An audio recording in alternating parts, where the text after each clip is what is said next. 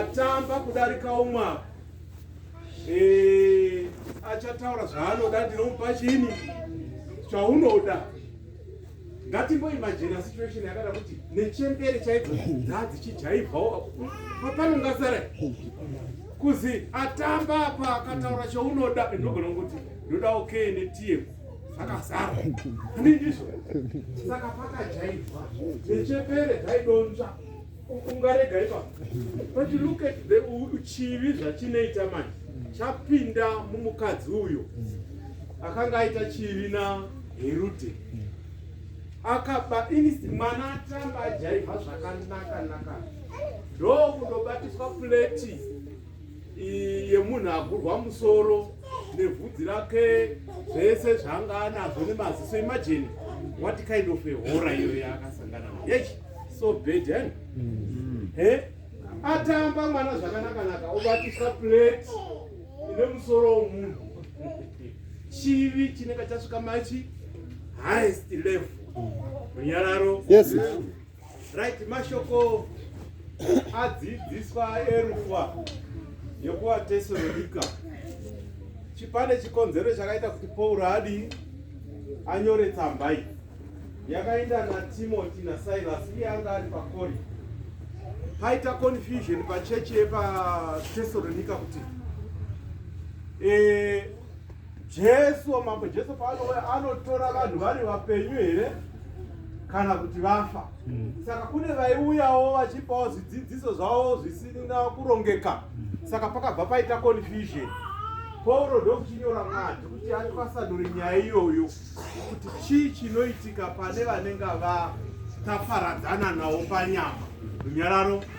Saka ivo pati hatichataura hangu zvakanyanya magwaro ataurwa ndiwo chaiwo iwo aya ataurwa iwo nevatanga. Nyaya iripo ndeyekuti vaTesalonika vaifunga kuti mambo Jesu Kristu acha handiti yezvekuti tichauya kukereke tinogona kungotorwa takadaro toenda. Ndo confusion yanga iripo. Saka Paul aida kuti asete record straight. Zvino nyaya inoitika panyaya yokufa ndeyekuti semufananidzo wataurwa wemabhonza, pafa muKristu pano vanokwanisa kutendeuka. Do you know that? Pano vanokwanisa kutendeuka parufu, nokuti inini ndiri kuparidzirwa ndafirwa ndinozviziva kaiti. But pane vanenge varipo vasina kudi, vasingazivi, vane confusion. Ende panogona kuti pafiwa, after pafiwa potanga kuita matanda nematemo nechi. Imi vaKristu ndosaka bhuku ranziso varaidzana ine mashoko runyararo. Nokuti after rufuka, mostly it's not about the process yerufu, it's about after rufu. Panotanga kuitwa matandre nematanda. So there is an issue yokutsanangura kuti uyu muKristu afa panyama uyu akavata achimirira chini kuuya kwamambo Jesu Kristu. So kutaurwa kwazvaitwa pana, that is very necessary kuzvitaura ipapo, nokuti mechiona Paul painyora madzidzi aikanga aridza vanhu vake vaida kuadresa. Saka vanhu vanouya parufu aya vanhu vakasiyana, vazhinji vacho dzinodzonga havatozivi nezveBhaibheri. Saka ndo mukana wokutodii wokuvavhurira kuti pasazoita bongozo. Runyararo. Saka ipapo panenge poda kupotaurwa kuzi wataparadzana naye panyama 12:13 kai kuchizoitwa mareference achitaurwa iwo kuti chii chinoitika. Then pozonzi right, ndoerengere pano pendiri kuda ndoerengere tizvi ndingoti gagaka mbishana. Because ishi inozoda kubatwa apa ndeyekuti chii chinozoita kuti tisasangana nani namambo Jesu. Hapafani kusiyiwa ipapo. Tisangotaura kuti akavata akamira kuuya. Aiwa, paanozoya mambo Jesu wacho Kristu, chii chinoita kuti usadii usasangana nawo. Kuti kumuka kwakafana kudzoka kwaKristu. Saka pane kufa handiti kuvatawo.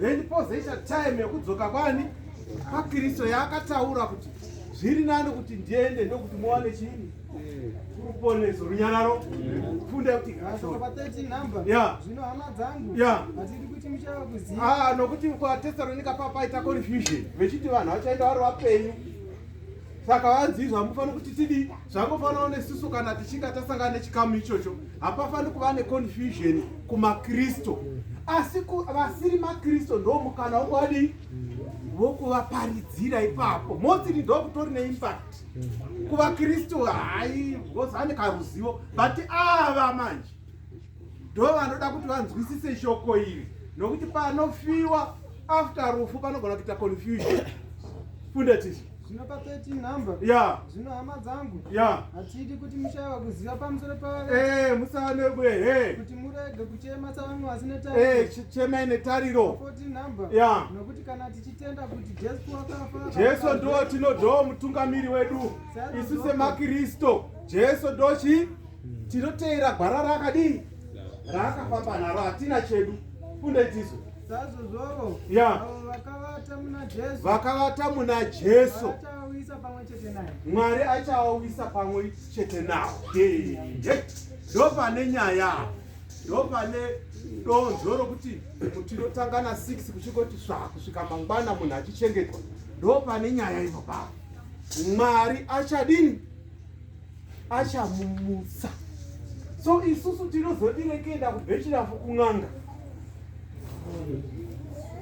tinozodire kuenda kubhechirafu kun'anga panzi Mwari ndiye anodini ndiye roho iyoyo pane pazvakamboitika here kuti pakambomutswa munhu akafa ndiani akamutswa ndiani vana mai murikuzwa shoko here muchazobatirwa mani makuita kwenyiko ipapa dzisai ndikupaika inondeitsa mumhuri umu mukasainzwisisa munobatirwa ndimakaroya ndo zvinoitika asi vakristu vakauya vakaita 4 days varipo you need to clear that chini area iyoyo runyararo oyo akarohwa ndimaiguru akazopfuhwa akarohwa nechidhoma saka ndiri kuti kuna akambomutswa here naMwari mubhuku ndiani Razaro nani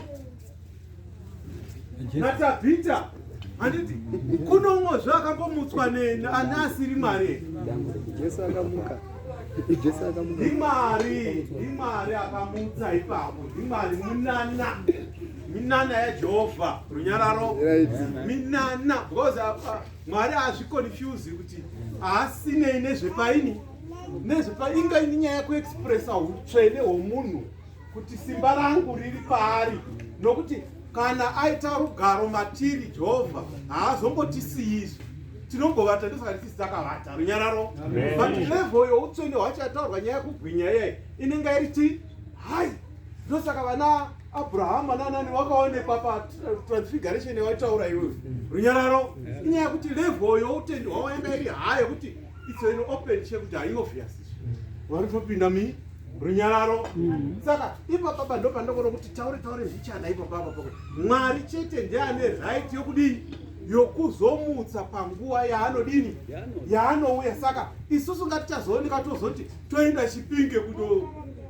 kundotsvaga kuti chii chakonzeresa izvi saka Satani ndo paanoplaya napo ipapa Satani mani chakangwarama chichobva chati ipapo muchindosvika Chipinge kwanozi ndiri kuona pane rufa pane rufa apa pane munhu wamatosiya mumba izvozvi kumbata kubvuma ana baba kunasa kuteerera amuni ndaona rufa runyararo izvo chaSatani manje inoitwa nemaCID yakuti izvo kana kwabiwako mapurisa anondobvunza chii matsotsi ndianani akaba mota uko kuloti 4 ndivana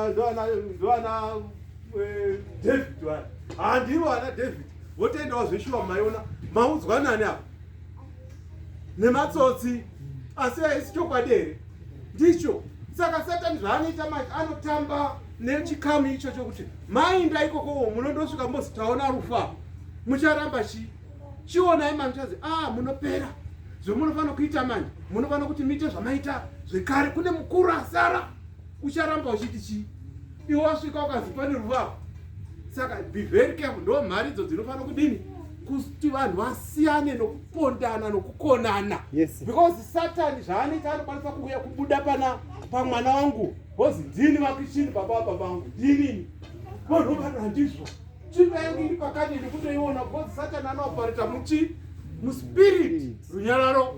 Saka tiri kuedzera pamavhesi ataurwa ndiwo chaiwo ataurwa aya mabatisisei iwo aya ataurwa ndiwo pandiri kuti ini edition siyai madi mabvisa konana nokudini nokupesana nokuda kweshoko rani raMwari. Saka kwanzi vafa muna Kristu ndo vachamuka mukugamuchira. Asika iziti automatic vanenge vafa muna Kristu vanenge vasiyana nechii? Vanenge vasiyana nezvakataurwa pa69 nevaKorinto wokutanga kuti hapana havana vakati havana ushe havana nzvimbo mushe waMwari. Saka pane nazvo kutaura kuti right kuti iwewo uzogamuchira mambo Jesu Kristu chii chaunofanira kuita. It's not automatic kuti hainda kucheche hainda kumisangano haina then automatic kwakutongozi pakundomutswa vanhu votondogamuchira. No, we also need to clear that for you to qualify kuti uzogamuchira mambo Jesu Kristu chii chaunonga wamboita apa uri mupenyu runyararo. Saka ndo mashoko anofanira kubuda manje iwawawo mashoko iwawo so that panopera chikamu ichocho vanhu vaane kunzwisisa. Yes, vanozouya zvavano kuvhu ichadzokera kuvhu zvakagara zvakatarwa kudhara izvi. Asi nyaya iripo ndeyekuti can you manage rufu? It's not about because inyaya yebhilifika hakuna akamboi hakuna anowitnesa achiti inini ndakafa ndikadzoka zvakamira zvakadai. Ibelief you need to convert pfungwa dziripo dzauya idzodzo kuti vasvike pakupinda muline through chini mavhesi.